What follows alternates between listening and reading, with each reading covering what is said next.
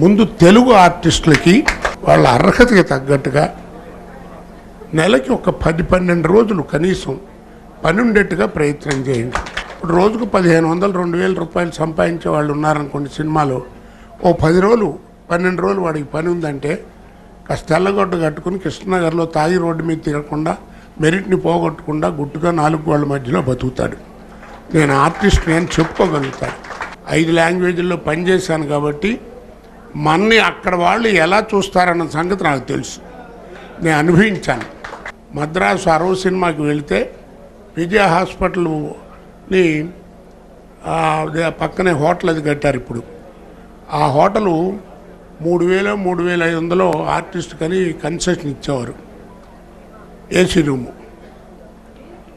ఆ రూమ్లో నన్ను పెట్టండి అంటే లేదు సార్ అని చెప్పి దాని ఎదురుకుండా ఉన్నటువంటి మయూర హోటల్లో రూమ్ వేశారు.